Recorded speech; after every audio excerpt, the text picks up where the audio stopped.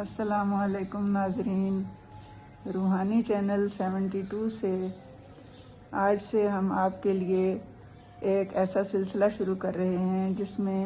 آپ کی مختلف مشکلات کا حل ہوگا۔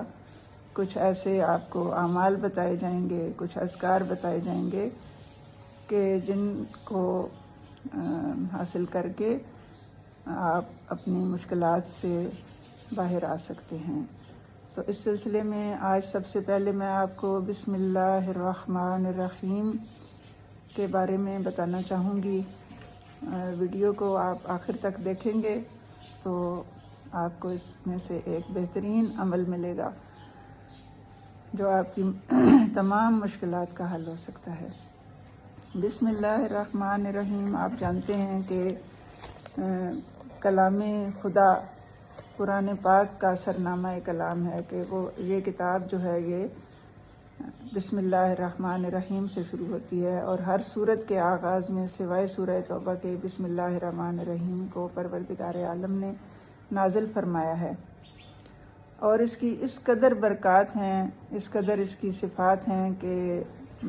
بیان کرنے سے ہم قاصر ہیں، اور اس کے فضائل بہت زیادہ ہیں۔ لیکن آج میں آپ کو مختصراً صرف اتنا بتانا چاہوں گی کہ ایک عالم دین تھے جو نجف اشرف میں مولا علی علیہ السلام کی زری کے قریب جب بیٹھ کر عبادت کیا کرتے تھے، جب وہ تشریف لاتے تھے تو اونچی آواز میں السلام علیکہ یا امیر المومنین علیہ السلام کہتے تھے، تو زری میں سے باقاعدہ سلام کے جواب کی آواز آتی تھی۔ سلام کا جواب تو واجب ہے، اگر ہم اور آپ بھی جا کر مولا پر سلام کرتے ہیں تو وہ جواب دیتے ہیں، لیکن ہر کسی کو آواز نہیں آتی۔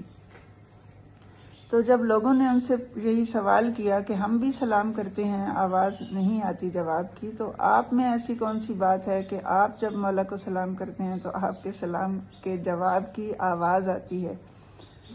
تو انہوں نے فرمایا کہ میں بہت عرصے سے ایک چیز پر عمل کرتا چلا آ رہا ہوں، اور وہ یہ ہے کہ میں ہر روز 12,000 مرتبہ بسم اللہ الرحمن الرحیم کا ورد کرتا ہوں۔ تو یہ بسم اللہ کی برکات ہیں کہ جس کی وجہ سے مولا کے سلام کے جواب کی آواز مجھے بھی اور آپ سب کو بھی سنائی دیتی ہے۔ تو مومنات، بسم اللہ کا ایک چھوٹا سا عمل آپ کو بتانا چاہتی ہوں۔ 12,000 کا تو ہم گناہگاروں کے لیے مشکل ہے، لیکن اگر کوشش کی جائے تو ہم بھی کر سکتے ہیں، لیکن آج کی مصروف زندگی میں وقت نکالنا مشکل ہے۔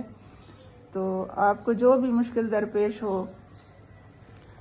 آپ نے صرف یہ کرنا ہے کہ اول آخر 3 مرتبہ یا 5 مرتبہ یا 11 مرتبہ درود شریف پڑھیں، چھوٹا والا، اور اس کے بعد صرف 5 تسبیحاں آپ نے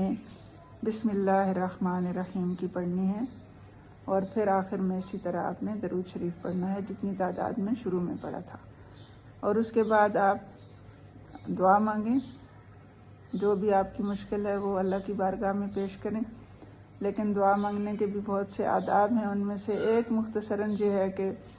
سب سے پہلے اللہ کی نعمتوں پر اس کا شکر ادا کریں، پھر استغفار کریں، پھر امام زمانہ علیہ السلام کے ظہور کی دعا کر کے پھر اپنی دعا مانگیں، تو وہ دعا ضرور قبول ہوتی ہے۔ تو امید ہے کہ آپ اس ویڈیو سے فائدہ اٹھائیں گے۔ اگر آپ کو یہ ویڈیو اچھی لگے تو ضرور لائک کیجیے گا، سبسکرائب کیجیے گا، تاکہ آپ کو آئندہ بھی ہماری اس طرح کی ویڈیوز ملتی رہیں۔ والسلام علیکم ورحمۃ اللہ وبرکاتہ۔ اللہم صلی علی محمد وآل محمد وعجل فرجہم۔